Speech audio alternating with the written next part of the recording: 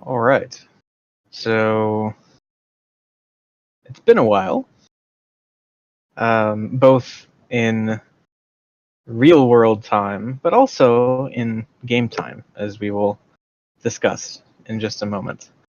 Last time, the party had sort of reconvened at their tavern inn, what have you, up in Drake's Landing, reacquainting themselves with a friend from a while back by the name of Tormilla Snowhand, who, after hearing the news of what happened to Togar,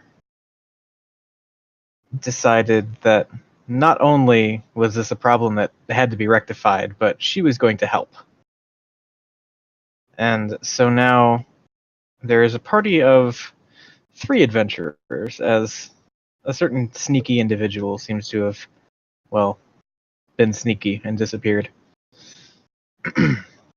But a party of 3 adventurers then set forth from Drake's Landing, taking the overland route down through Perrin, passing through Helmfirth, and I should point out that Maya, if you have 1,250 gold on you, you can actually pick up your bracers of defense from the magic shop in Helmfirth. Let me check. 1,250. Yeah. I don't want this to turn into a Pike from Critical Role moment where they realize, like, 30 episodes later, oh yeah, I ordered, like, special sneaky armor, and I never went and picked it up.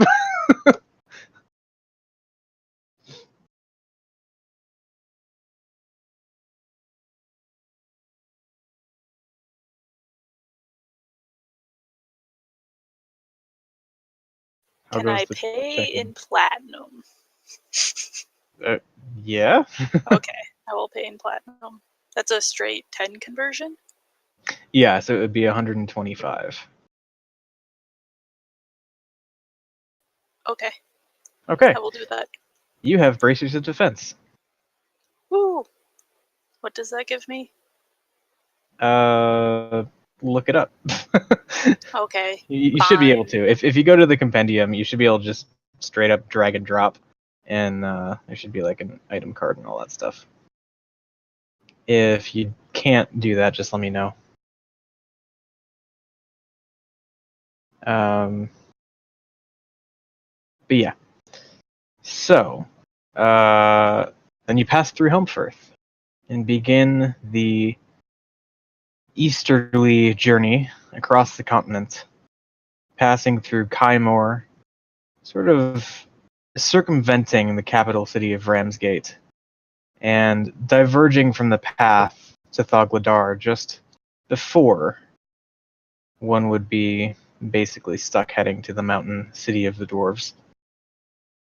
And following a path to the northeast to Fort Eladon, the sort of border station, for lack of a better term, between the human realm of Akrant and the ancient elven nation of Unareth. It's been probably 2.5 weeks since you departed from Drake's Landing, since you had to take the slower route, mostly due to Tormilla's reasonable compunctions about taking a boat. Yeah, I'm staying off the water. Could I progress in learning Gnomish? I don't see why not. If Bungo will How teach many you. hours of that is that? Bungo will teach me. That's probably safe-ish to assume. How many hours is that? It's 17 times 8.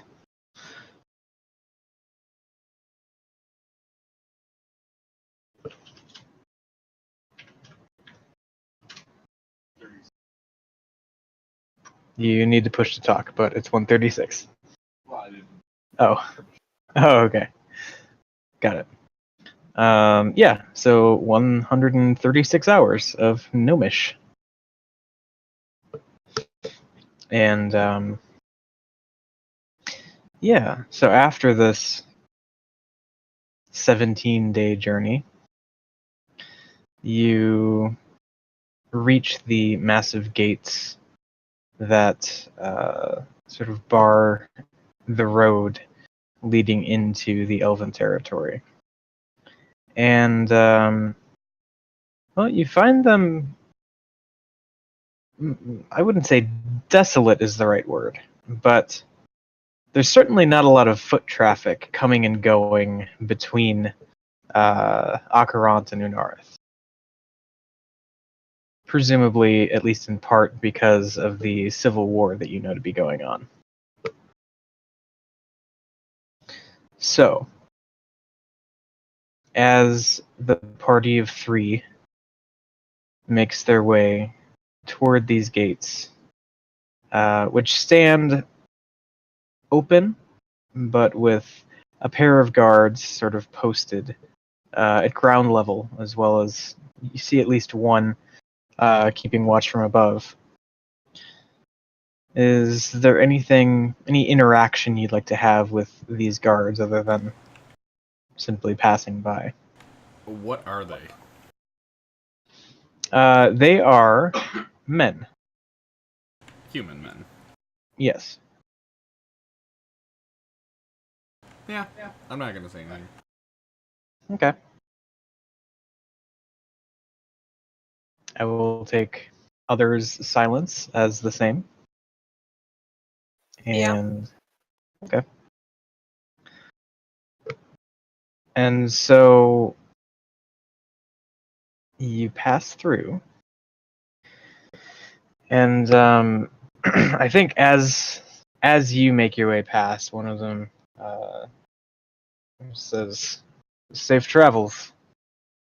Watch out for raiding parties and the like." Thank you. Right. And so as you now begin stretch of travel through the thick wooded terrain of Unarith, I think the pace is going to slow down a little bit. I mean, you are still on roads, but they are roads that sort of by necessity give way a bit to bits and pieces of nature, the odd tree root and uneven spots that just slow you down enough to make it a little more tedious than this journey might have otherwise been. And as you have spent this past, well, we'll say 17 at this point, days,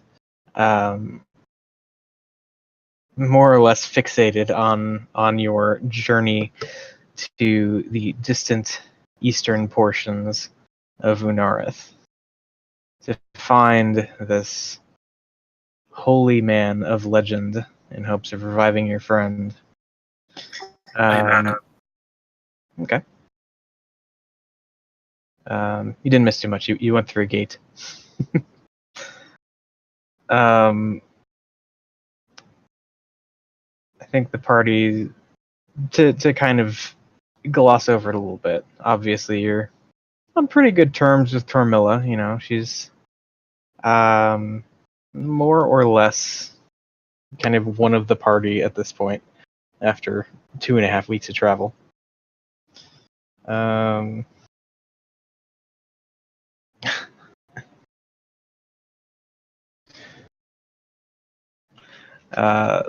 So, upon passing into Unarith and doing your best to stay on the eastern roads, you walk for probably another day or so, uneventfully. We'll say it's like the the middle of the second day in Elven territory when the group comes upon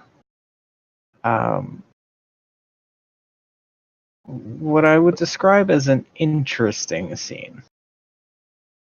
You've been traveling along a sort of ridge within the woods, like a smaller cliff that kind of looms above you to your left as you walk. And around lunchtime, you come to a break in the stone, seemingly natural. It's not this that's so odd about it, but rather the fact that you can see, looking down this almost small canyon of sorts, there looks to be a like a stone structure of sorts, like smaller than a building, but arguably like, you know, a statue or possibly like a grave site or something like that. And behind it, you can just see a massive like overgrowth of a number of the like trees and bushes and whatnot that you've seen in moderate number. There is a heavily overgrown area of mostly flowers that seems to be almost consuming the stone structure that you see down here.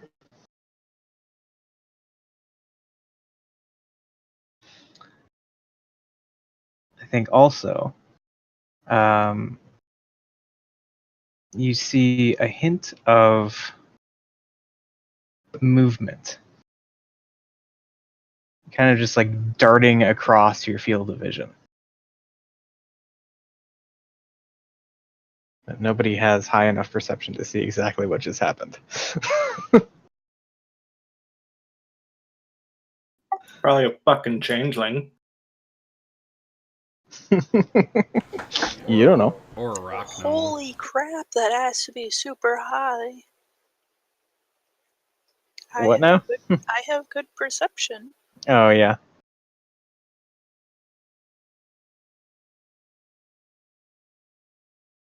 Could have just rolled really well, but you don't know. Why I said it was super high.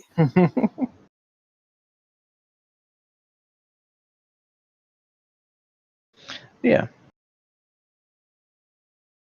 So, I don't know, maybe spidey senses are tingling a little bit as you see this just quick flash of something moving off to that side. How far could away choose are to. It's probably like from the road to the stone, like we'll say tombstone thing. It's probably like 75 feet. Where was the thing that we saw moving? Down there, it seemed to just sort of like flash across your field of view as the tombstone and plants around sort of caught your attention. You looked over there, and then you saw really quickly just this little blur of something. Well, you see me reach in my pocket, pull out a little miniature cloak, and reach out and touch Bungdo. And I will cast resistance on him. Oh, right. You're Tormilla. Yeah. I was like, how the fuck? Magic. Ooh, spooky. So Okay. yeah, you can roll a d4 on a saving. Oh, also that whispered for some reason. Oh, it did. Oops. Yeah, I'll fix it. Okay.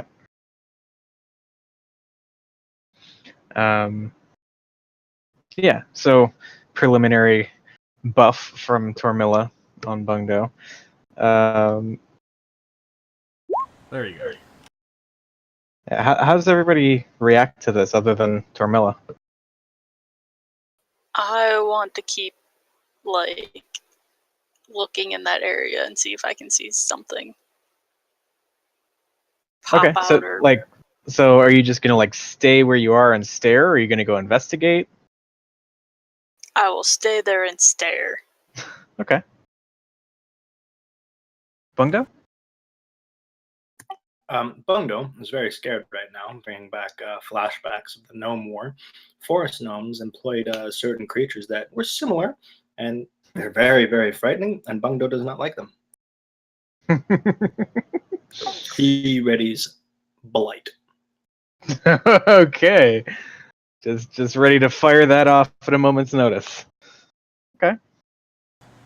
Bungo doesn't fuck around, as they like to say. Mm-hmm. All right. So everybody, go ahead and now that you're kind of looking for something, make perception checks.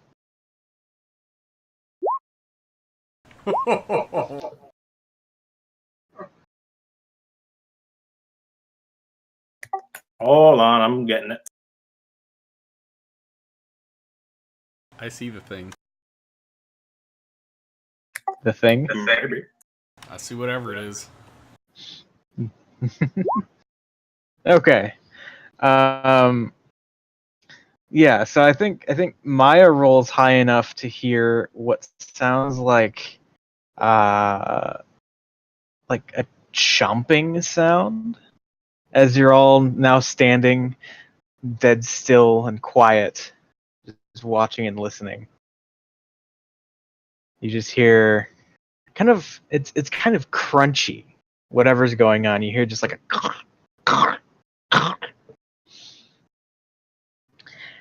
Tormilla, you notice a couple things. First of all, one of the large flowering bushes back behind the grave marker seems to be moving. Not just in the it's being disturbed by something sense, but almost as though it's breathing. It's sort of pulsing in and out.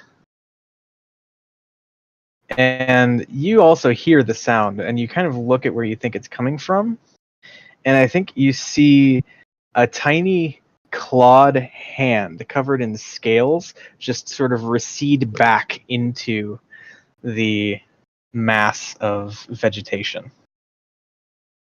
Do I recognize this thing? Make a religion check. Okay. Not so much. Right. I'm just going to kind of nudge Bungdo and point in the direction of where I saw it. And I'm just going to look at him and kind of whisper and say, I think there's something in that bush over there. Let me. Bungo would like to animal handling it. Animal handling a bush. Okay, so how does Bungdo go about doing this? Well, Bungdo walks close to the bush using his druid stuff and tries to befriend the beast. Okay. Not tame it, but befriend. Okay. So you say you're walking up to it. How close are you willing to get? How big is the bush? If theoretically the bush were a creature, it would be a large creature. So it would take up like a 10 by 10 area.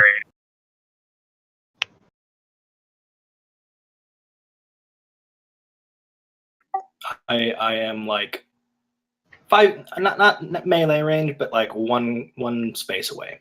Okay.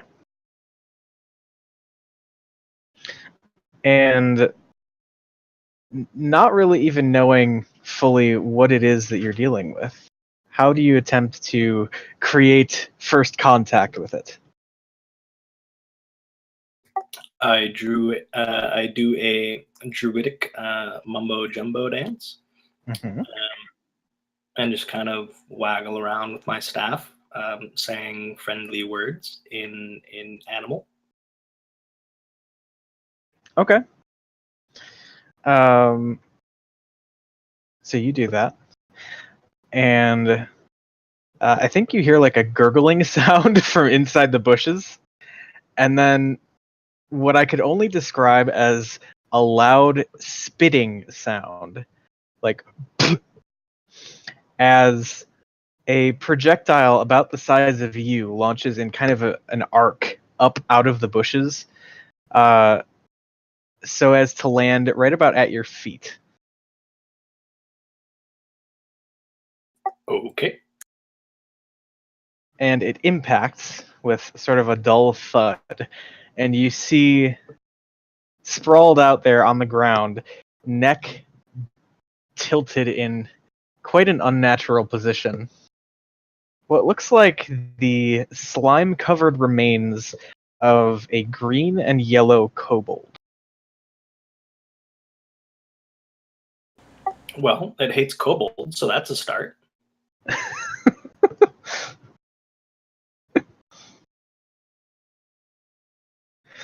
All right. Is the thing dead? The kobold. Yeah. So it like thumps down, and you probably hear like a cracking sound as it impacts. And I think there's like a moment of quiet Well, as yeah. I'm Go gonna ahead. run over there and cast Revivify on it. Okay. Let's see.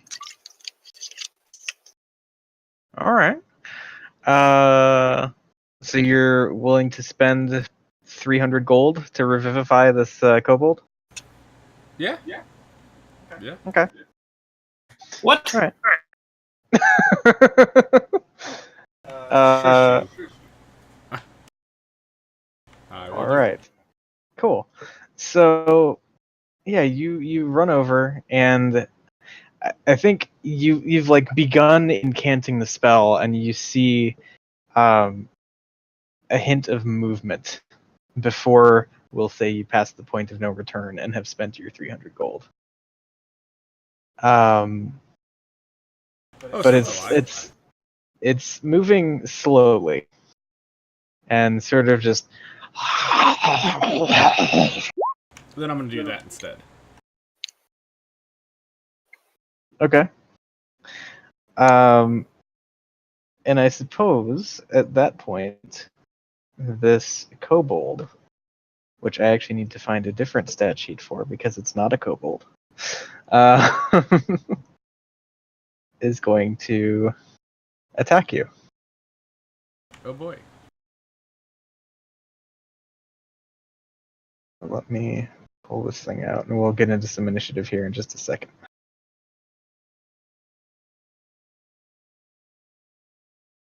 Alright. So, let me open up the initiative tracker. Did I do the new initiative in this campaign? We'll see. Hey, hot damn, I did. Kobold's not a kobold, though. And let's see how it does for Maya. Hey, Becca can't be mad at me today. Well, The turn order is blank. I still need to move you to the map. I'm getting things set up. But the turnover is blank, Eric. Well, you can't be mad at me once you see what's on it, so. Oh, I can still be mad at you. This is true. You are a wife. That's how that works. Okay. So, something like that.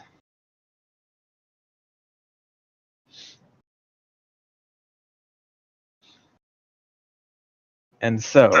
is that a fucking gremlin? Which one? The one on top looks like a gremlin. Not is my, it? the one under it. It's not a gremlin. Let's see. So the kobold is going to reach out and make an attack against Tormilla. That's a 19 to hit. Yep. You take 2 bludgeoning damage as it just punches its little kobold hand into you. Okay. And we are in initiative.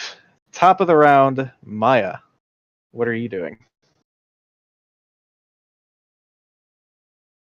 Can I just as a reaction yell out, "Ow! What the hell?"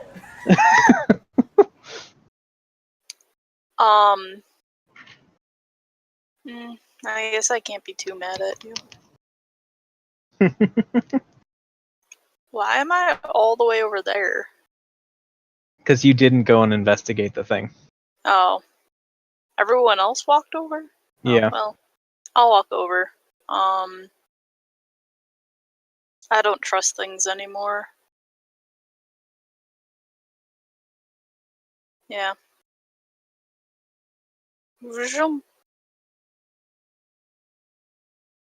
I am going to attack it because it attacked my friends and it looks weird. Yeah, it's like, it's a lemon lime kobold, but kind of creepy looking. Oh, that doesn't look like a kobold. Which one are you? What are you attacking? The kobold or the not kobold? What in the world is this? And where is the kobold? The kobold is to your right.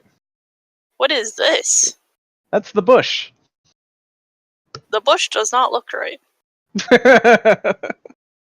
Well, we'll get to that very much next. Okay, so the kobold attacked Tormilla. It did indeed attack her. Looks like a fucking I will try to... Where is what I'm looking for?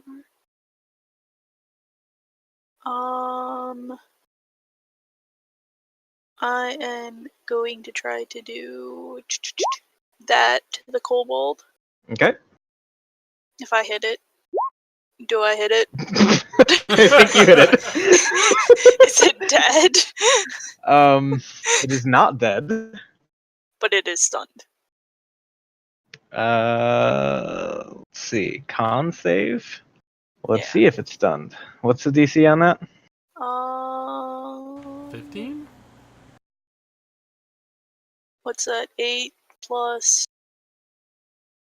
gosh darn it, I have it written down. Is it more than 23? Plus... No. Okay, then it's 15. not stunned. 8 plus 4. Rolled a nat 20 on that con save. Yeah, well, it is not stunned, you said? It is not stunned. Well, I want to try stunning it again. Okay. With the second attack, you just splatter its head, Geiger watermelon style.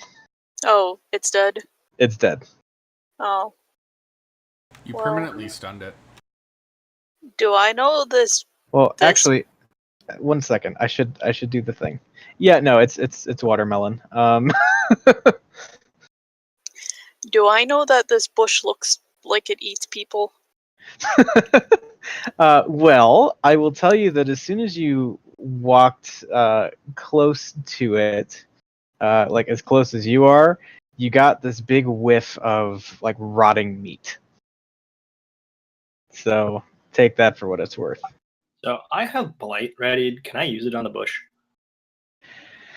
I mean, it still comes down to initiative.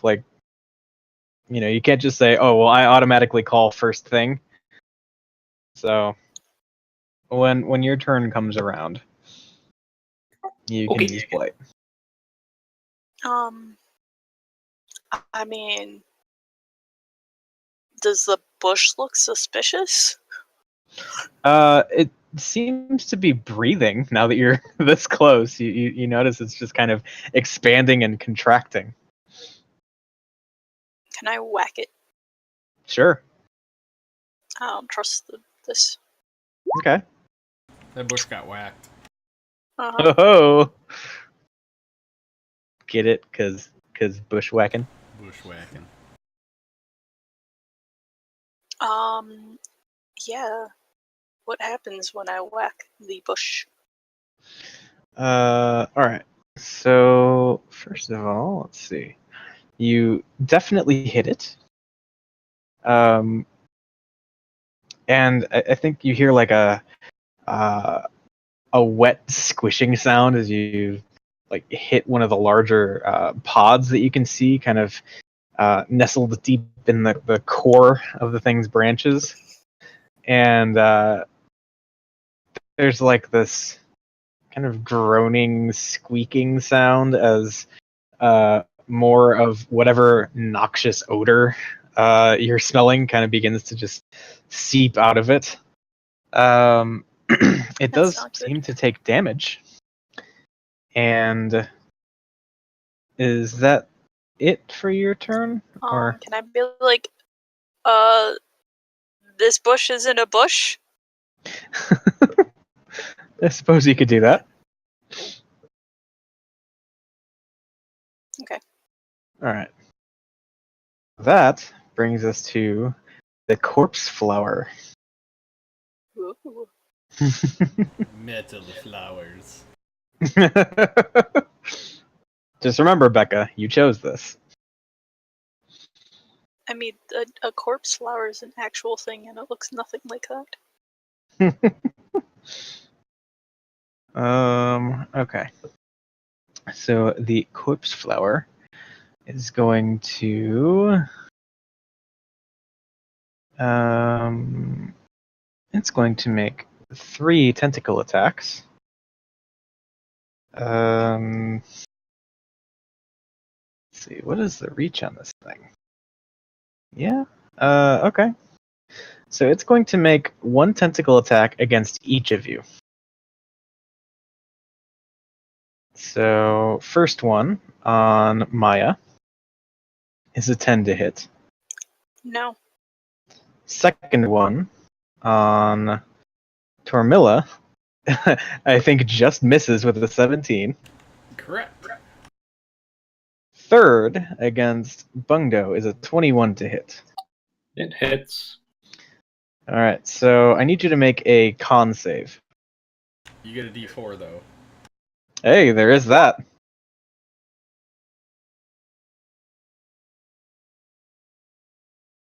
What do you mean D4? You get an extra D4 because of The spell that Tormilla popped on you. Do I roll the D4? Yeah, roll Yeah. D4 and add it to your 9.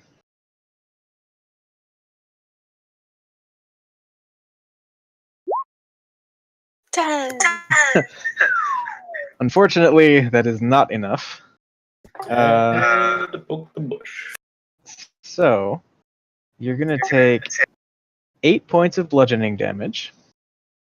And, Be pulled into it. no. You're going to take another 8 points of poison damage. And then I think the flower or bush basically is going to stand up on its roots and like weird slimy tentacle things and begin to it kind of uproots itself and begins walking up the stone wall, spider climb style, to a point where it's like 10 feet off the ground.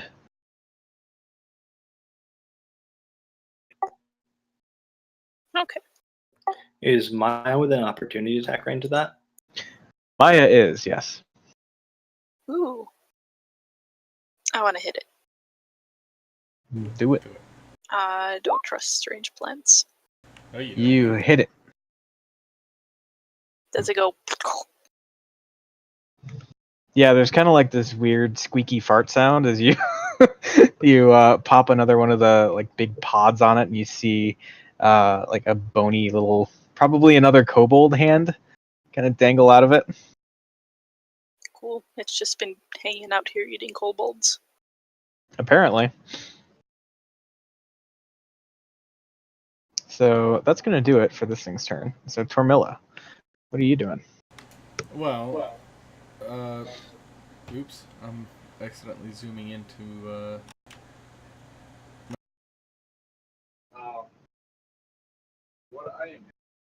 Push to talk? I can't scroll and push to talk, so that's what's weird. Why the fuck not? It's bound to control. I'm gonna look at this thing, and I'm gonna say, well, I think we know where this kobold came from. And then you're just gonna see me make a motion and say a word, and a spiritual warhammer is going to pop into place directly above this thing. Okay. So I'm casting spiritual weapon. Yeah, you are. So, and I get a whack at it. Mm-hmm. So, did that hit? I'm getting you a hammer. 1 second. Oh, okay. We'll just put it there for reference. 16. Yes, that hits. All right. And so there's like another as you kind of pop another pod on the thing. I'll look at Maya and say, let's keep popping these zits. It's got to be doing something. That was a bonus action, right? Yes. Maybe. So, since I cast Oh, that... also, I do need you to do something real quick. I need you to make a con save. Oh, okay. With advantage. Yes. Because of things. Mm-hmm.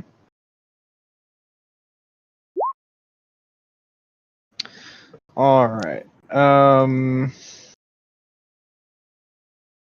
So... Technically, spiritual weapon shouldn't have happened, but I'm going to let it fly. But you actually shouldn't be able to do anything on this turn. Oh. Because the overpoweringly foul odor of this thing is basically, it's acting like a stinking cloud. It's causing you to practically vomit in your mouth. It's just so overpoweringly gross. Okay, well, knowing that, can I try to back up a little bit? That you can. Well, hold on. Let me Because I know you can with Stinking Clouds. check what it says. I think. Yeah, let's see. Incapacitated. Oh, No, Jesus. you cannot. I cannot. Never mind. I can't do anything. No. Well, we'll say you just get the spiritual weapon off. I'm not gonna go to the trouble of backtracking all that, but. Oh, okay. Yeah. I get sorry. that. Then the smell hits me. Mm-hmm. All right. So Bungdo, then I need you to make a con save.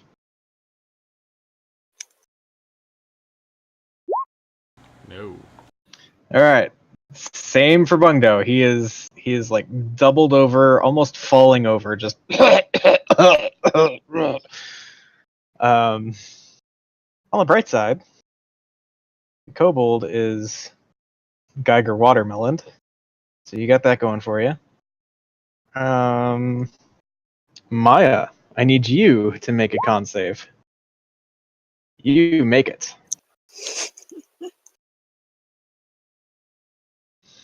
So you can do with your turn as you wish. Can I stand on the wall? Define stand on the wall. Like, you can't spider climb. well, yeah, I can. You can run up walls. You can't just stand on them. It's different. That was the question. Because it Okay. says you gain the ability to move along vertical surfaces and across liquids on your turn without falling. Yeah, I don't think you can just stand on it though. Yeah. Well, can I run up there and whack it and then go back down? You could do that. Okay. It's only 10 feet up. You could probably just jump and hit it. Yeah. But I Yeah, like I running mean- up walls. I'd run up the Okay. wall and then fall back down. Yeah, so yeah, you really have to run up like 5 feet or something, and it's easy enough. Yeah, so you smack it once, again, wet thump. Smack it twice, 2 wet thumps. Ooh. 3 times, wet thumps. Then I'll hop down. Okay. And do you want to end like right where you were or somewhere else? Yeah. Okay. Cool. So I'm not quite sure why these people are, incapacitated. right. So this thing is going to hmm.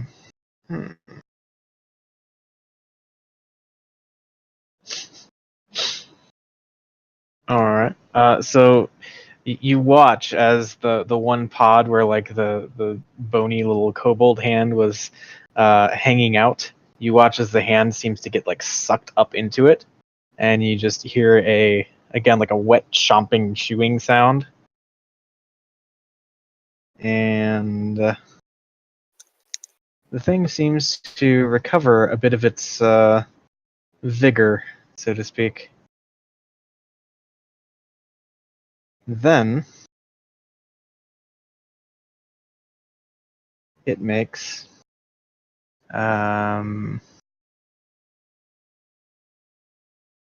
it's going to like shuffle over a little bit on the wall and make 3 tentacle attacks against Maya. So, first one, 22 to hit. Second one, 23. Third one, 10. Okay, so I need you to make 2 con saves. Okay, you succeed on both of them. So you only take 13 points of bludgeoning damage. And that's it. Tormilla, con save with advantage. Alright. Nailed it. Right. So, I'm gonna look up and just put one hand up and just bring it straight down. And like a rock star, just kind of have the hammer hit him on the head. Okay. So that'll be my bonus action. Mm-hmm. All right. Yeah, Is that that- hits. Does she do the save at the beginning or at the end? Beginning. And then since that hit, I'm gonna look at it and say, well, actually, I'm gonna look over at Bungdo and say, I think flames hurt it. It's a plant after all. And I'm gonna sacred flame it. Okay. So, Dex save. How dexterous is this big, fat, farting flower? that's on a wall. Let's see. Holy shit, that's a 21. Damn. Okay. That's fine. So, yeah, it just dances nimbly out of the way. I've never seen a plant dance. But now I have. Now you have. Alright, that ends my turn. Alright. Bungdo, con save.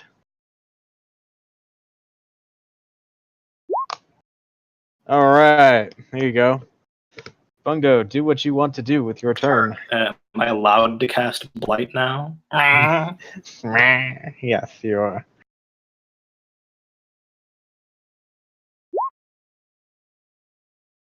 Okay, con save.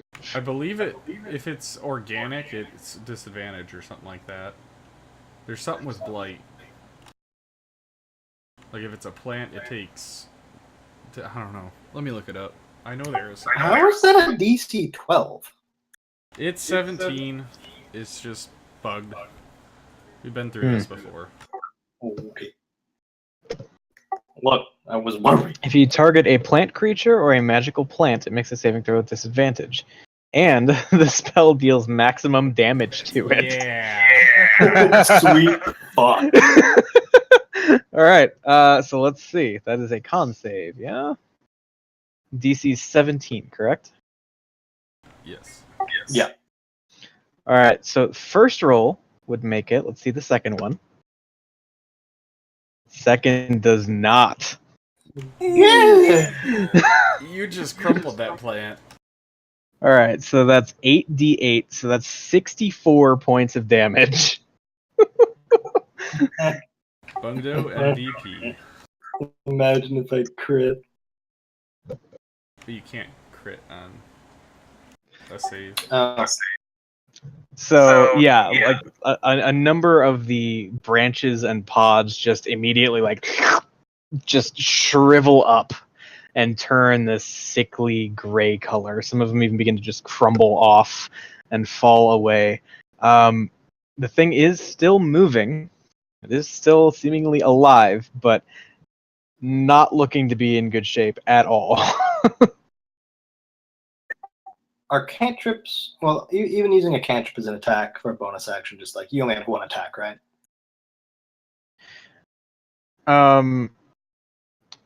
Okay, so you used an action to cast Blight. If you have a cantrip that you can attack with as a bonus action, you can do that. Well, I just don't recall if Produce Flames. It's an action. It's an action, yeah. I'm just gonna Healing Word. Okay. Or wait. That is a bonus. It's a bonus, but it's a level 1 spell, isn't it? Yeah, that's right. Yeah. So, sorry, can't.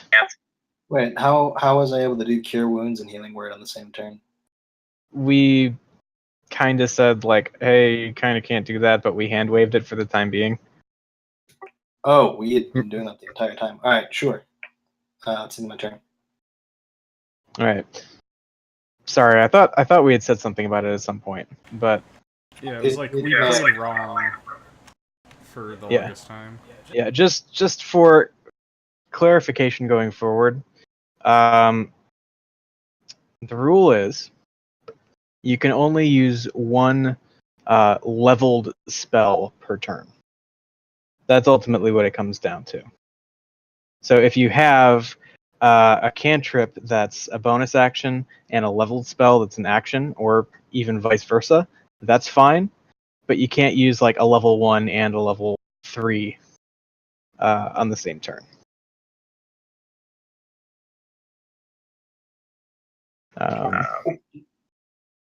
Yeah. So okay. That's Bungdo. He did his thing. Maya. Con save.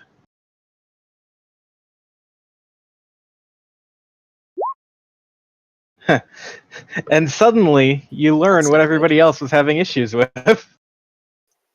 Yeah, I did. Yeah. Badly. As the majority of this plant kind of begins to crumble and fade away, it releases a large quantity of the noxious gases that were stored within it. And guess who's closest to it to enjoy all of that stinky goodness? Yeah, so nothing doing on Maya's turn. Which brings us to the corpse flower. And it is going to... Run away. It's going to munch furiously on something else.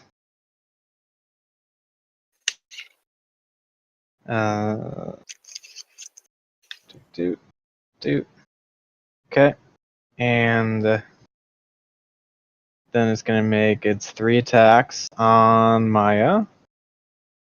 First What's that one. mean for my incapacitation? That's a good question.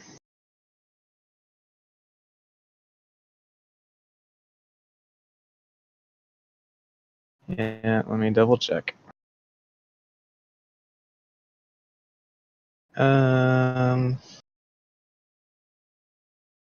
Just can't take actions or reactions, so it doesn't actually say that there's any sort of ill effect for you in terms of incoming attacks. Okay. So I just kind of like roll out of the way to dodge? Or they Yeah, you're like coughing and wheezing, but you like see it coming and you're able to still maneuver. So let's see how the rolls go.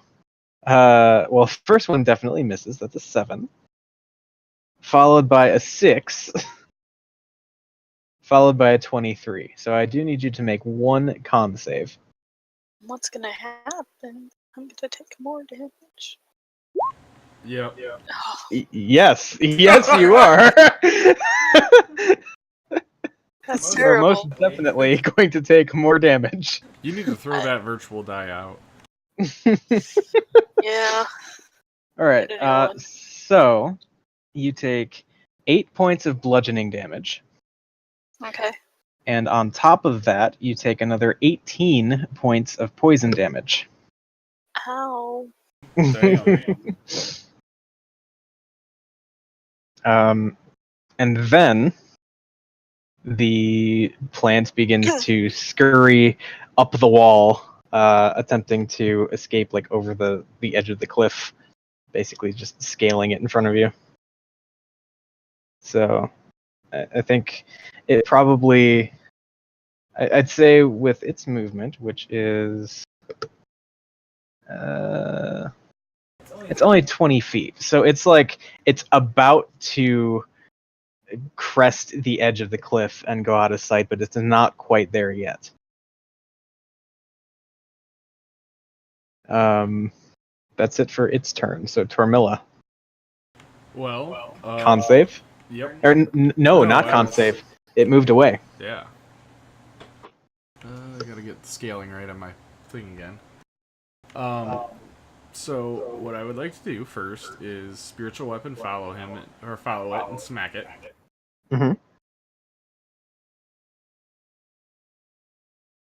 That does not hit, believe it or not. Oh, okay. And I'm just gonna look at it and say, where do you think you're going? And I'm gonna cast banishment. Okay. So Alright. I'll just like pick up what some of its little dead like remains that it just left laying there, and use that to cast a spell. Okay, that's fair. That is a 15 on the charisma save. That is a 15 DC. So it just barely saves. All right. If it saves, the spell flops, right? I'm reading right now. I think so. Well, I mean, I don't have to keep concentration. No. Oh, no. So, like, would I have lost my spiritual weapon too? If it, obviously it failed, but if it fails, do I lose it since I'm not concentrating?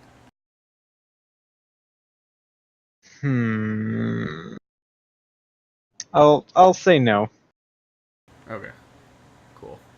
And with that, then I'm just going to, I'm gonna walk over to the rocks to my left, and just kind of start eyeballing them up, trying to, like, scale them. Okay. So do you want to make an athletics check to begin climbing? Sure. Okay. It's kind of slow going. We'll say you're like 5 feet up. Yeah, that's fine. I didn't expect to be too high. Okay. Cool. Bungdo, now that you're out of the radius of this thing, you don't have to make any saves. Blight. That is the most Bungdo response ever. Okay. So then that's Let me just double check disadvantage something. on the save. Oh, you gotta double check something?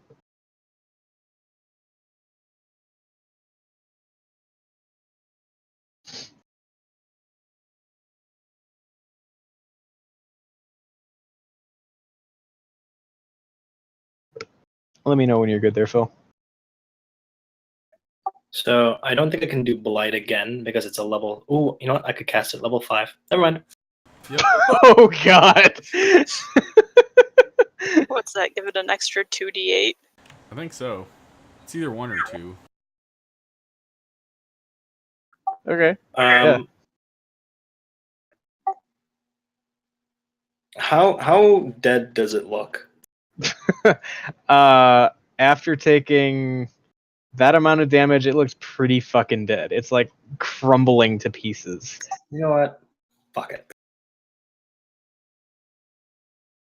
Are you whispering rolls? He didn't roll anything. It's just automatic. Well, like, Oh, I okay. still had to make the saves, but it rolled a 6 on one of the saves. So yes, it takes the damage. But I wanted to know if it's 2d8 or 1d8. Looks like 1d8 per level. Yeah. Okay. So yeah, total of 9d8 or 72 points of necrotic damage. Cool. Yeah. So it's pretty fucking dead, and it's like beginning to break apart even as it's just beginning to fall off of the cliffside. There's already like large chunks of it separating from the core, and it kind of snows corpse flower for a minute as it all settles back down, kind of sprinkling down on what you can see now clearly is most definitely a grave marker of sorts.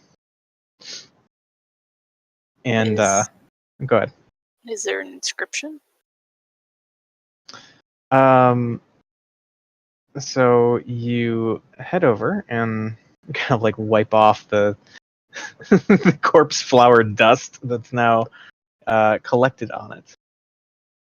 And upon scraping the dust off, you find etched across the front of it is the name Yender, which is spelled in such a way as I will paste into chat.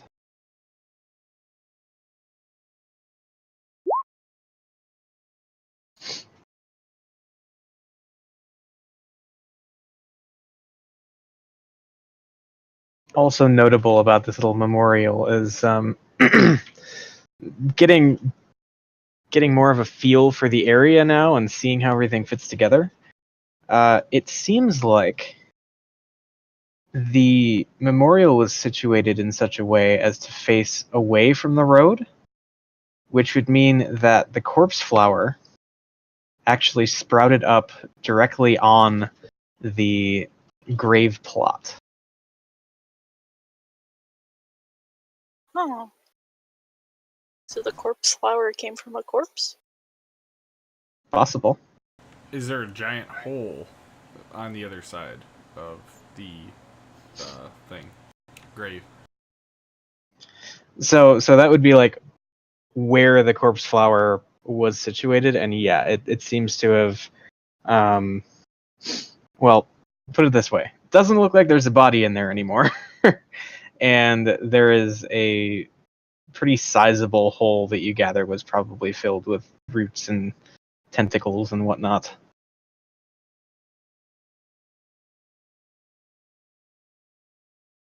So yeah. Can I do like a last rites kind of thing? Like kind of try to like consecrate the grave, I guess. I don't really have a spell to do that, but Yeah, I'd say you could do some kind of like rudimentary ritual sort of deal. yeah, just How close to the grave is the biggest chunk of corpse flower? The biggest chunk is probably like 5 feet away. I want to piss on it. I'm going to make sure he is not pissing in the grave or on the grave. Not on or in the grave, just on the collective. Very close. I hover the hammer down next to him threateningly. And I'll just look at him and say, if you piss on this grave, that hammer is going to turn you into the same thing that kobold turned into. See, the first thing I think of when I picture Tormilla bringing the hammer down by Bungdo is not the hammer of justice, but the modesty hammer. It like puts up a little little wall between him and the grave. Yeah, I mean, I'm gonna put it between him and the grave, and have it kind of sideways and back. Like if he walks any closer, it's just gonna like a pinball paddle. Yeah, smack yeah. him. Okay. Out of curiosity, what was that D20 roll for? Just to see how much I had to pee. Okay, yeah, fair enough. So maybe we had to force it a little bit,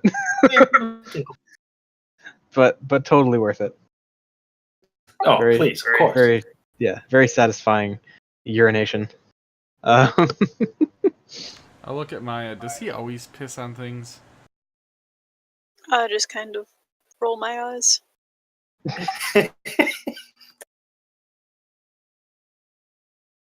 I make a mental note to get control water next.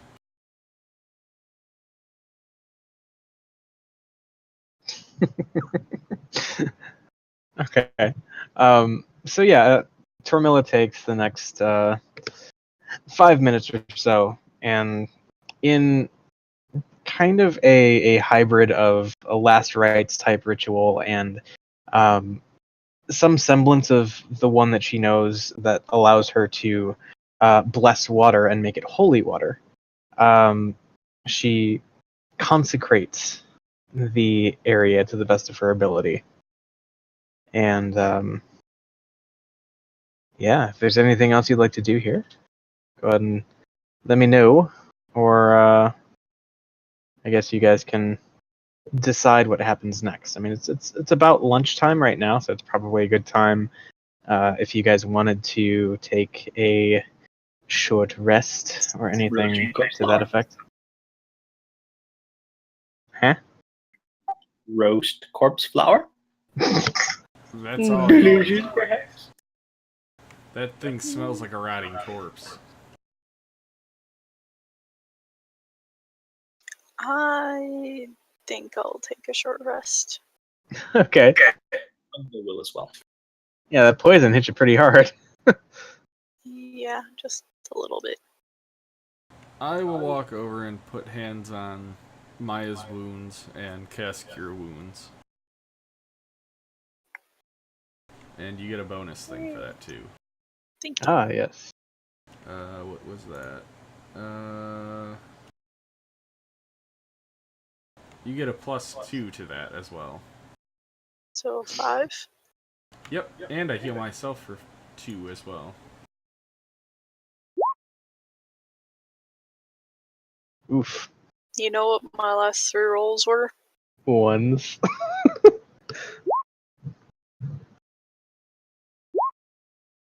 Oh my god! What is happening right now?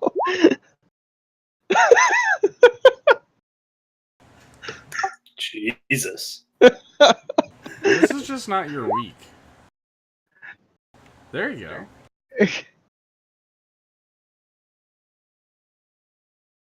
Yep. Yep. Yep. 1, 2.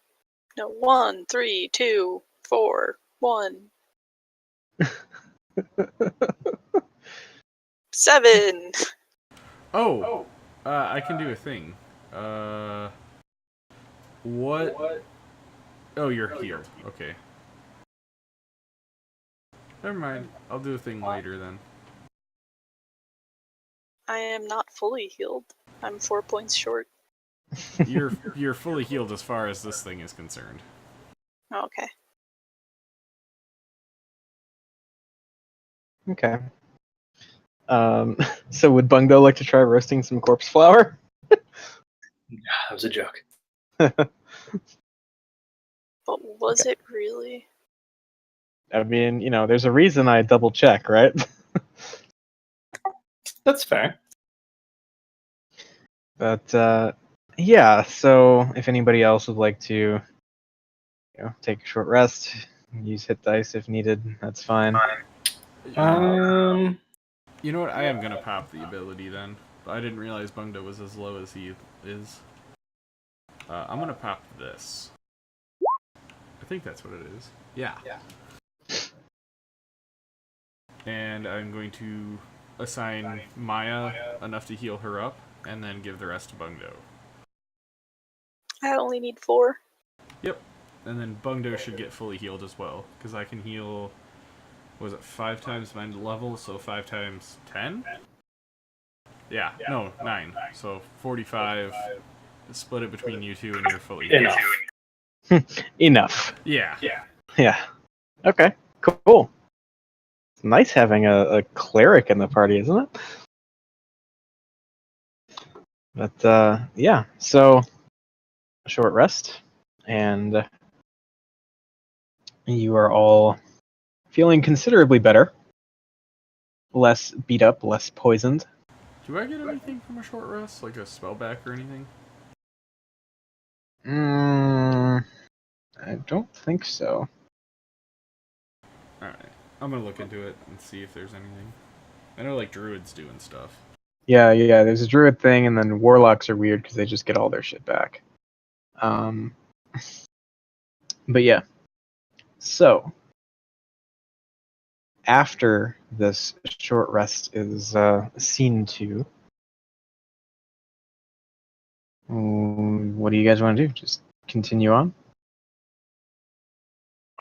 Yeah. Yep, I'm good with that. Have we passed anyone on the road? Over the span of like a day or so that you've been in Unarith, you've probably seen like a handful of travelers, traveling in ones and twos mostly. Is there a conversation that you would like to have with any of them? Oh, I want to ask them if they know who the guy in the gravestone is. Fendir. Okay, so yeah, that'll be after this then. Cool. So yeah, you carry on, and let's see. So I think you run into a couple of people at first, and you ask about this name that you found on a roadside grave, and they just kind of look at each other like, I've never heard that name before, and this first pairing goes on their way. Later on, though, you come upon a single traveler, large pack slung over his back, and you ask about this mysterious individual, this Yendir, and you do see a look of recognition in this older elven man's face as you say that name, and he says, "What do you know of him?" Well, he may or may not be a big dead flower. He looks kind of confused and then looks back at Maya, who probably initiated this conversation in some capacity. I will nod. So it's true. Anything you can tell us about him will aid in us fixing whatever happened to him, if we can. He says, Yender was... he was a villain. He was a scourge upon the side of Unarith for 2 decades, if not more. An old mage who dabbled in the unclean arts. Demonology, necromancy. Troubling subjects, to be sure. Well, it looks like his troubles are not over yet. We just killed a big, giant bush thing that I swear it came right out of his grave.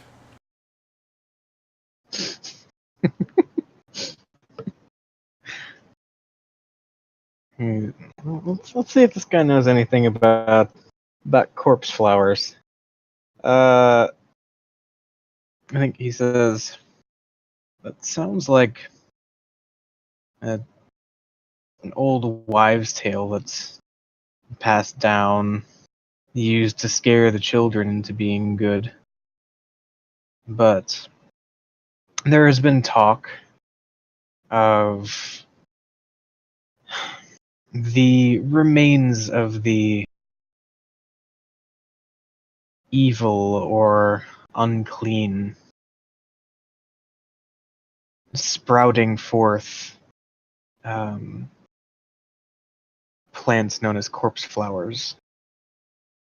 Things that resemble living beings and feed on some that are, in fact, living. Never heard any tell of an actual corpse flower, mind you, but I suppose there are stranger things.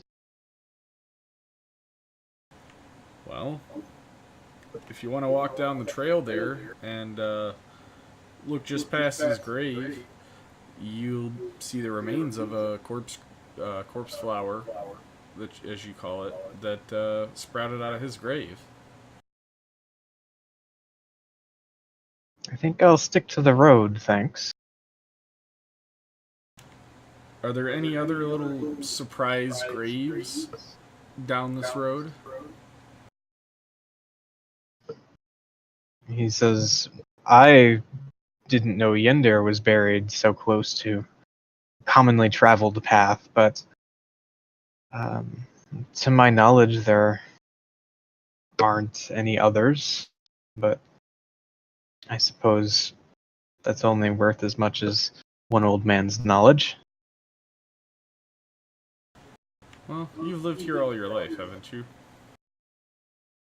Most of it, yes, but do a bit of traveling myself, and it would seem I'm bound to do a bit more, as Firenthir is in ruins. Firenthir? That sounds elven. Is that an elven city? It's a smaller settlement, nothing like the tree, but well, war has its costs and its collateral damage, and it would seem my home was among those. Well, maybe we can help the entirety of the land by you helping us. We are looking for a legendary druid. And I kind of glance over to Bungdo. Bungdo's eyes just kind of perk up when he hears the words legendary druid.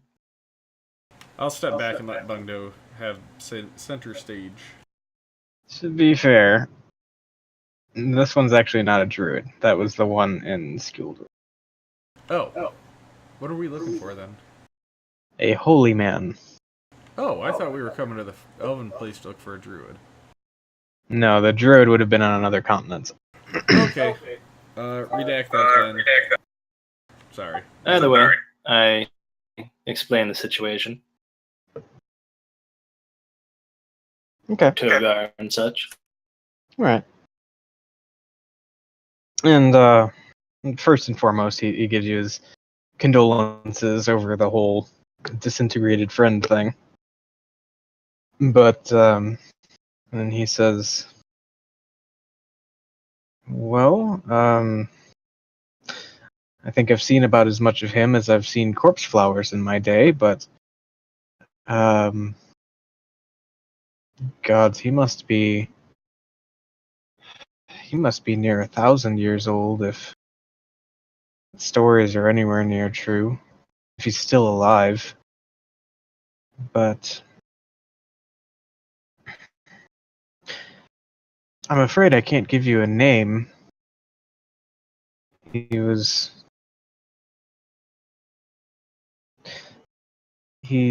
was never addressed in the tales as any proper name other than the good servant. But stories go that he resides somewhere near the East Coast. If I had to guess, I would say he's probably somewhere either in or near the swampy area, just inland a bit. It's the only place I could think of that's secluded enough for him to not have, well, peasants and worse breaking down his door at all hours of the day. I know it's what I would do. And does this path run to the coast, or what road should we take to the coast? He says, "This road will take you to the tree. From there are a number of branching paths, 2 or 3 of which would run through the general area that I mentioned, but as I said, I've seen as much of this man as I've seen corpse flowers in my day, so when it comes to an exact location, your guess is as good as mine." Alright. Would we be welcomed at the tree, or are they going to point weapons at us? He says, "I'm sure there would be those who have their doubts. I'm not sure how acquainted you are with the intricacies of the civil war going on amongst our people." In Elven, I will say, I haven't heard of much, but I do know a little bit about the Elven people. All right, and to spare you the details and heavy RP stuff, basically he tells you there's a civil war going on between the kind of incumbent power structure in Unareth, which is very inward, isolationist, bordering on elven supremacy, and a sort of revolutionary movement that is much more inclusive, perhaps a bit brash in the way they do things, but at least in this guy's opinion, well-meaning. So he's on the side of the rebels. So it would seem, at least, in principle. Though, taking a step back, going meta for a second here, having played the Battle of Firenthir, you know that they kind of fucked that place up. Yeah. Yeah, okay. I just figured I'd judge what side he's on. Yeah.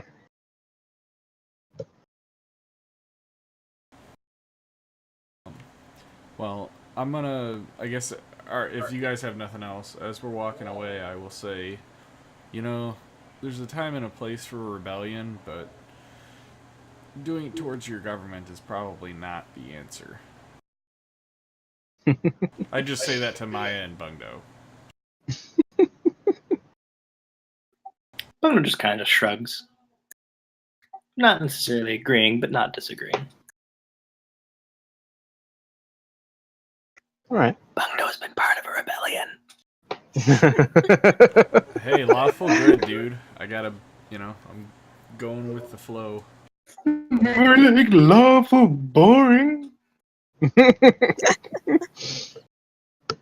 Lawful lame. Gotta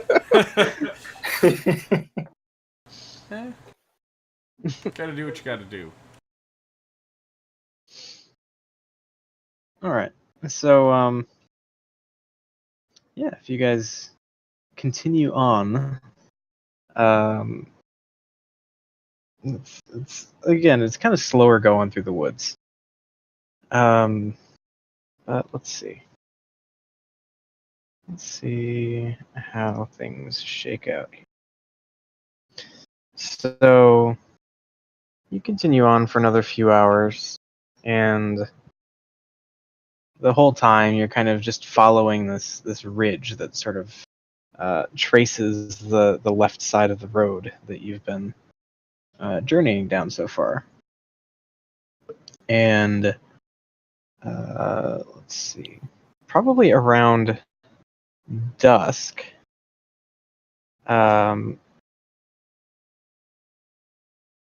things would work.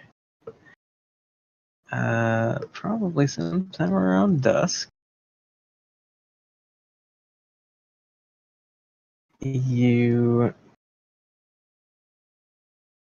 hear like a large movement, again, just nondescript things kind of off in your periphery.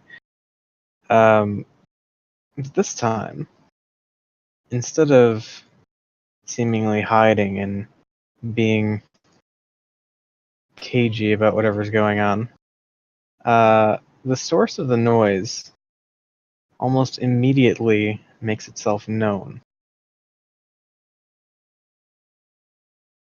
Is it another one? Is it another corpse flower? You killed my cousin! Ah! Not Frank. Frank the corpse flower. He's played by Danny DeVito. Still better than the NPC name that was brought up in the newest module. I'm watching a playthrough of that now. They had to go and find a guy named Floon. Ooh. But what about naming a dragon George? That's fine. Yeah, George It's of the not Layer. okay. Anyway, you watch as a gout of fire bursts forth from the like the top of the cliff. It doesn't seem to be directed at you so much as just like singeing part of the foliage here, and you hear a big booming voice from somewhere out of sight say, "Halt, humans! What brings your tiny kind into my woods?" I once again explain the situation. Do I recognize what is the voice coming from, like a giant, or is it from like a human, or? Well, it's a deep booming voice, which you notice called you humans. But did I it mean, sound like it's from a giant, or like, you know what I mean, like something bigger? Yeah, I'd say it sounded like it came from something big. All right. I'm just gonna kind of get behind the other two and just kind of try to see if I can spot this thing. While Okay. Bungdo's explaining the situation. Okay. Make a perception check. Okay. Nothing doing as of yet. And so Bungdo explains the whole thing, quest for the dead friend and all that. Yep. Okay. I think the voice is notably quiet for the whole thing, just kind of listening. And as you finish up, it says, Okay, whatever. But there's a toll to pass through my woods. Bungno just says no. What do you mean, no? Well, it doesn't sound like they're your woods. I would like to roll an insight. Okay. There's something fucky going on here. Let's see. Let's see how we're doing here. This is my swamp. Tormilla, go ahead and make another perception check. Okay. Okay, nothing. Something just seems off, Bungdo. Like, I think your response there was probably kind of spot on. Like, who the fuck are you? How are these your woods? Is there a flower near me? Maybe a few like roadside flowers that have just popped up. Okay, Yeah. I pick one and I hold it up to wherever I think this is coming from, and I say, I'll give you this +1 flower of friendship.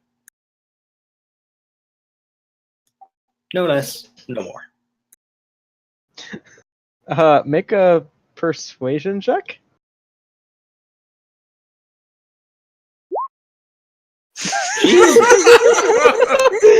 If only it was a +1 flower. Says, don't try to fool me. We grow those in my woods. You keep saying this word your. I don't think that word means what you think it means. These woods, they belong to me. Tiny Do you have a deed? human who is small. Are there stones nearby? Like, is it a stone path?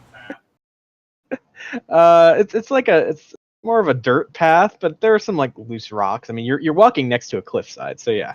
All right. Well, I'm gonna cast this and walk into the cliffside. Okay. And then I'm going to try to locate this fucking voice. And I'm going to pop up behind him and smack him. Jesus Christ. Okay. So whatever that takes. Distracting him. Okay. So let me take a look here. So it lasts for 8 hours. Yep. So you can just fucking swim through rocks for a while. Yeah, I plan on it. Okay. So as Bungdo is clearly distracting this voice with conversation, Tormilla just kind of drifts off to one side and just like Homer Simpson into the hedges. Just Yes! That is exactly what I do too. just disappears into the cliffside. And all you see is, as I'm fading into the cliffside, you just see me making like the shush face silently. And then I give a little wicked smile as I disappear. Okay. So, it doesn't take you too long swimming around in the cliffside to find a network of small tunnels that seem to run all throughout this large rock formation. And go ahead and make a perception check while you're in there, with not with disadvantage because you have dark vision. Okay. Okay. I'm in my natural element. You are. It's true. You are literally surrounded by stone. So looking around this network of smallish tunnels, you find a number of kind of impressive and ingenious little traps set up all throughout. And using your abilities, I mean, you can literally just like sink down into the floor, walk past a trap, and then come back up. So it's not like a big thing. But were you not able to meld with the stone, this might actually be a challenging little gauntlet to run. But Find traps. huh? I can find traps. You can find traps. Obviously, so can she. But yeah, you follow the network of tunnels to where you think the voice is probably coming from. And you like poke your head through the stone floor in one level of the tunnels, and you see about half a dozen scaly tails facing your direction. So it's little dragon people. It's little dragon people. All right, I'm going to just non-violently come back out where I went in. Okay. And the whole time there's just been bluster going back and forth between Bungdo and the big booming voice coming from the cliffside. What I will do once I get back out, I'm going to cast Thaumaturgy of my own, and since I know roughly where they are, I'm going to have it come from behind them and say, "Get the hell out of my caves!" in a big booming voice, and I'm also going to shake where they were using Thaumaturgy. Okay. So yeah, probably like mid-sentence is the one booming voice is like, "Well, these are my woods, and you must pay to use my..." And then the rumbling starts, "Get out of my cave!" And I think you hear this big like voice go, "Ah!" and you hear a bunch of other like notably smaller voices like, "Ah! Ah!" And you hear like the snapping of twigs and branches as probably one or two of them just straight up jumped out of the cave. I know what they are, right? Like, I know that they're kobolds. I would say that's fair. Alright, I will walk over, like, near them and kind of whisper, "It's a bunch of kobolds fucking with us."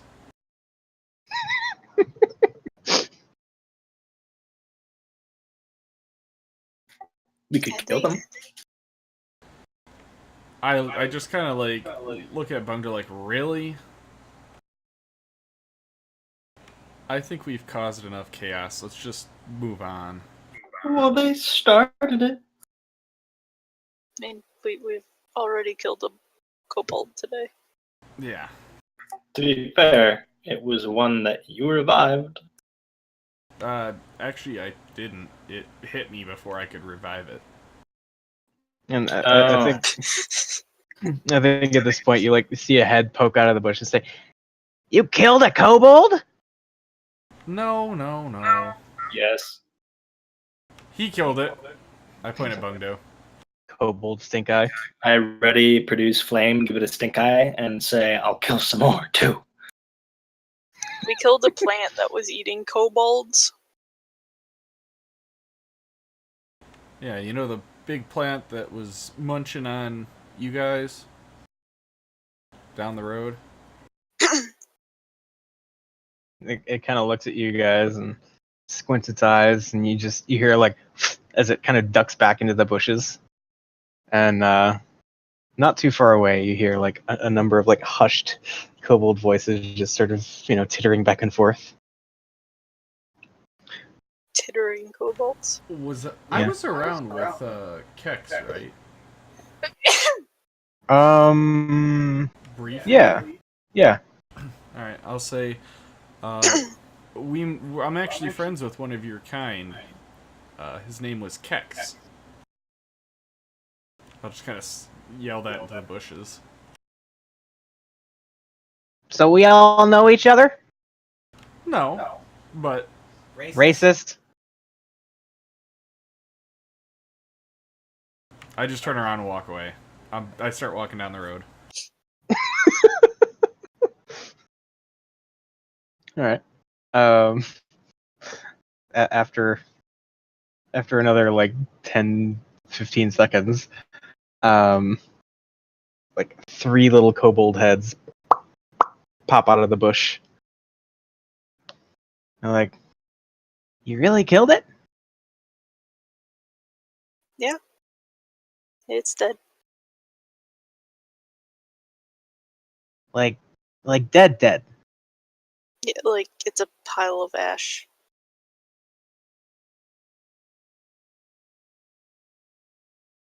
Alright, you paid your toll. Fine. Go ahead. Proceed.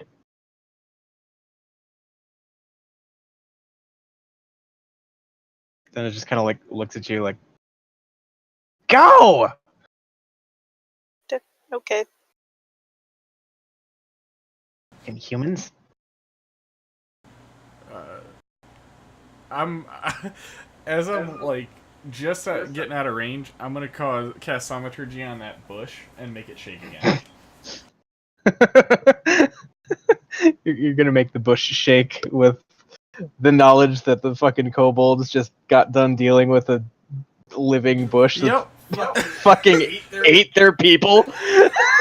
You know what? If those kobolds weren't such dicks and trying to, get something out of us in the first place, that's fine. But they deserve this. Okay. So yeah, you do that, and you hear more screaming and like ah. I'll just turn around and say, "Are you two coming or what?" I mean, yeah, walking. But Tormilla has to be dramatic, okay? Well,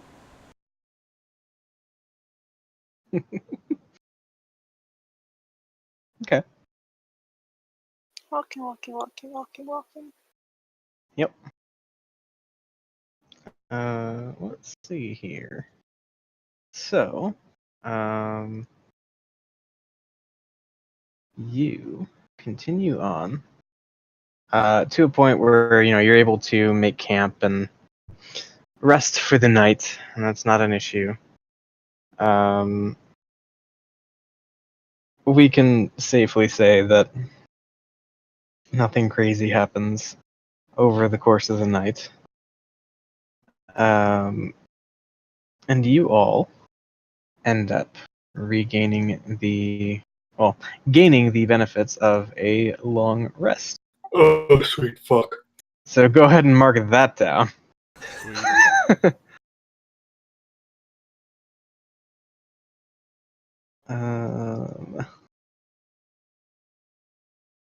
All right. And so. Oh, I'm gonna flop some spells around too. Oh yeah. Go ahead, take your time, do that. But we will be getting into another encounter of sorts rather soon. So let me know when you're set there, just so we don't have you still picking as stuff's going down. Yep, I just gotta. Where was that spell that I wanted? I There we go. How dare you? Well, I was hungry. I think I'm good now. I just wanted to swap that one spell. Yeah, I'm good. Okay. So yeah, you guys get your long rest in, and make camp, have your dinner, have your breakfast, and I think as you are packing up what things you did get out for camp making purposes, you hear more rustling off in the woods. And again, this is not a stealthy thing. It kind of just comes lumbering right into the middle of the clearing that you've set up as your your camp for the night. But perhaps more notable than the snapping of twigs and branches and plodding footfalls, you also hear, kind of as it breaks the tree line, woo! You see, peeking out of the woods, like half in, half out, a big, blubberous, feather-covered owl bear. And it just sort of stares at you all. Big, wide eyes. I want Almost to as... try an animal handle it. Oh boy. Okay. I'm going to back the fuck up. I take out some starfruit Uh-huh. and I slowly walk up to it in a druidic calm way, and then I offer it the starfruit. Okay. Make an animal handling check. Okay. So, like, stares at you as you kind of separate yourself from the group, and big, wide eyes just trained on you, like, staring through your soul. And you slowly hold out the starfruit, and it kind of like gingerly plods up towards you a little bit. Not all the way. Just for the sake of, like, scale, how big is this thing compared to Bungdo? So an owl bear is, again, it's a large creature. So, like, the last large creature you met was capable of eating up to 9 humans at a time. Damn. So, I mean, I'd say an owl bear is probably, I'd say you're looking at least 600-700 pounds. So this thing can eat Like a Bungdo like a grizzly. snack. Yeah. So it kind of like slowly. Oh, who do we lose? There we go. Slowly makes its way up. Damn it, Phil! Damn it, Phil! Can you hear me? Yes. Okay. Last big thing we encountered was capable of eating 9 people Yeah. at a time. We said that the owl bear is probably like 600-700 pounds. Just a grizzly bear. Basically. And so it cautiously approaches, gets halfway there, kind of stops, sniffs, gives sort of like a trepidatious, like, woo, woo. Kind of walks a little closer. And it, again, sort of like, it gets to within like 4 feet of Bungdo, stops to sniff, and kind of looks at the fruit, and looks back at Bungdo's eyes, looks at the fruit again, and like slowly stretches its neck out and kind of like picks it up with its beak. Kind of like chews it a couple times, spits it out. Still looks at Bungdo though. I squint my eyes suspiciously. It stares at you with like big fucking dinner plate eyes. I cast Blight.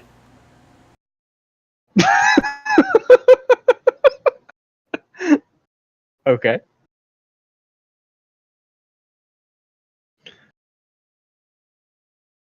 So, give me that blight.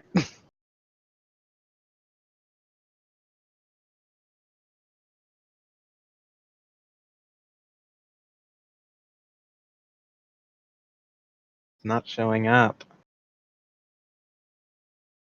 It may have disconnected me. It was 6 with the higher level cast and 34 base. Oh, hey, there it you is. go. Okay. Yep. Okay. And then that's the DC was 17. Yeah. Okay. Um. Do. All right. So, that is a failed save, and so it takes 40 points of damage, and it's pissed. Well, it doesn't like starfruit. I would be pissed too. I think it's more pissed about the 40 damage it took. Fair. I think it's a starfruit. Okay. Is anybody else getting involved here? Because we might need to like impromptu map this shit. I guess I will protect Bungdo. Okay. Yeah, I gotta run up there and help him. Okay. Well, don't mind me reusing the same map from like 10 minutes ago. We'll say that you guys are in like the little clearing thing. Oh, and Phil said he's lagging. Yeah. Alright. What happens after I cast Blight? You hit it and it's pissed. Actually, I'm gonna put you guys over here, and then it is Owlbear, come to me. Huzzah!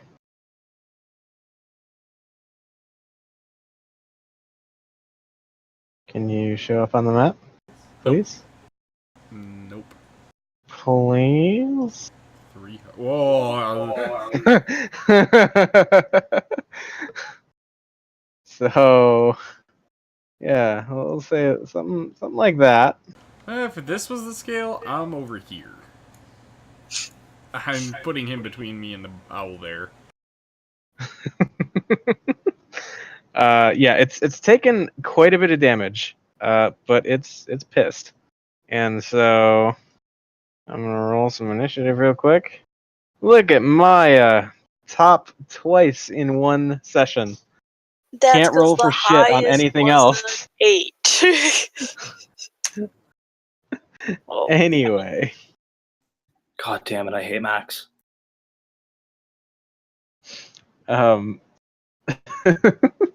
so,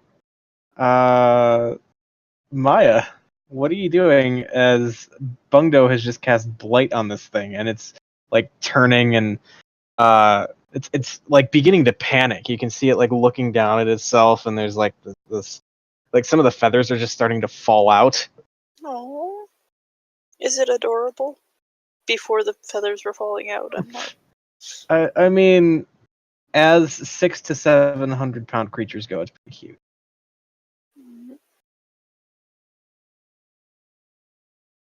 I yell at Bungdo and try to put it out of its. I don't know. I can't heal it. Doesn't like I don't know Starfruit. what It to deserves do. to die.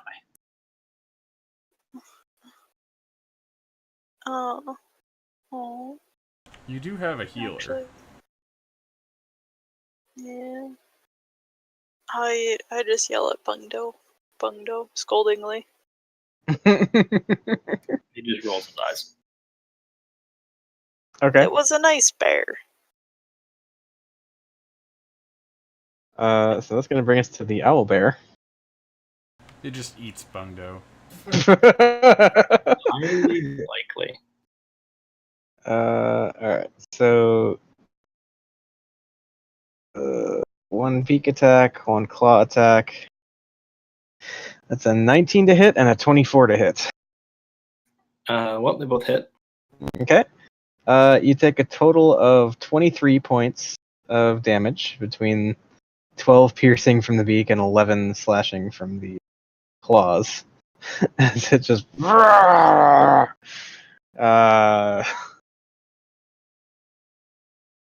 And honestly, I think it's fight or flight, so I'm gonna roll for it. we'll see how it goes from here.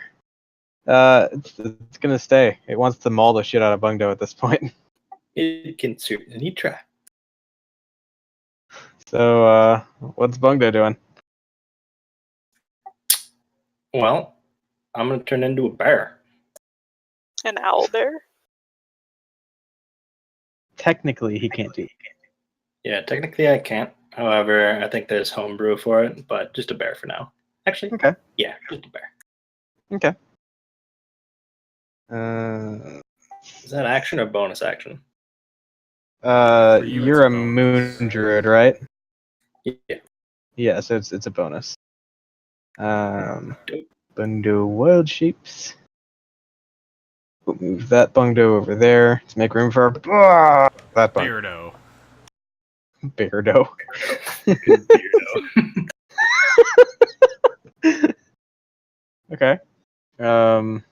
What would Beardo like to do? Murder it. Okay. So it's like on top of you and it's like ripping at you and you start to like Hulk out. And then we watch as Bungdo just turns into a polar bear. I'm gonna do multi-attack. It does 2 attacks, one with bite, one with claws. Mm-hmm. Okay, so that is a 13 for the bite, which just hits. And a 23 for the claws, which most definitely hits. And yeah, so we watch as the size change of Bungdo kind of throws the owlbear off balance, and it's like kind of knocked to a point where it's like laying on its side, and Beardo finishes forming and takes advantage of this moment and just pounces. And before too long, you see the throat of one owlbear being ripped out. Oh. And there's just kind of one last dying as it is dead. I cannot wait to tell Togar about this. You killed an innocent owlbear that was just looking for fruit. I gave it fruit and it spit it out. That doesn't mean you should kill it. It was looking at me with hungry eyes. You should have let it eat you. It just wanted more fruit. Or something different. I mean, don't you get sick of starfruit ever? I never said that it wanted more starfruit, just fruit. No, that was more directed to Bungdo. I mean, I'm a bear. So, It's true. He can still understand us, but I just can't respond. I give you a bear stink eye and continue walking. Wait. Bungdo, if you're gonna kill this thing, you might at least harvest it. I was about to say that. I actually will harvest it. Okay. I will aid Bungdo in this. Just with muscle. All right. Yeah, so anything in particular from an owlbear that Bungdo would like to harvest?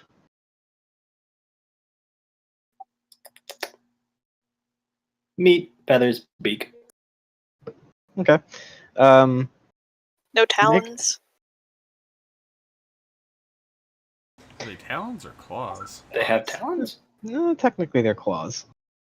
Well, I'll take those 2 if they have them. Okay, make a survival check with advantage because you've got physical assistance. Do I make it as the bear or as Bungdo? Are you harvesting it as a bear or as Bungdo? I would Which say would be more beneficial? I would say me helping you is probably as Bungdo. Probably. I will be Bungdo and do it. Okay. So do it. do it again.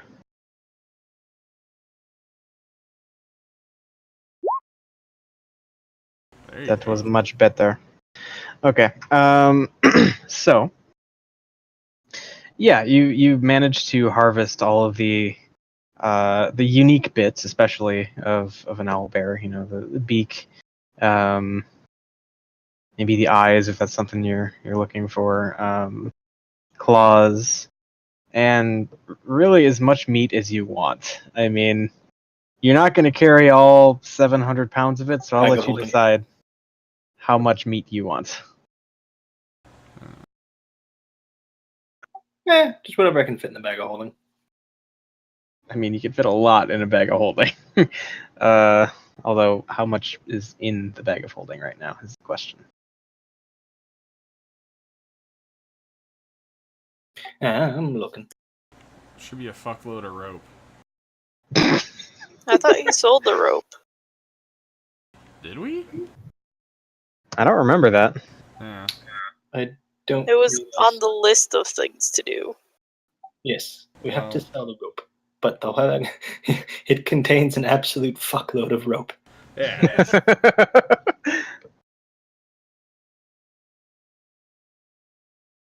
I mean, our bag of holding has room. Well, can we put some in there? Yes. I want to fill our other bag of holding with meat. Well, that is approximately 283.94. Good lord. And Okay. That will rot at the same time frame that it normally does too. Just There's keep that that. in mind.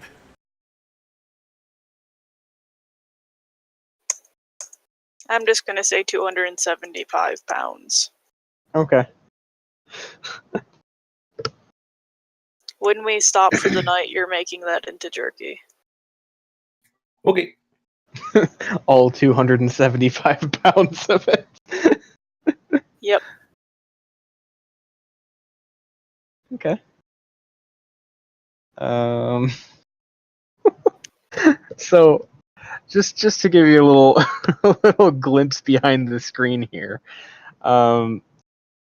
because you're kind of in wild territory, I've actually been borrowing a little bit from the module that we'll be running soon, Tomb of Annihilation, and rolling for some encounters.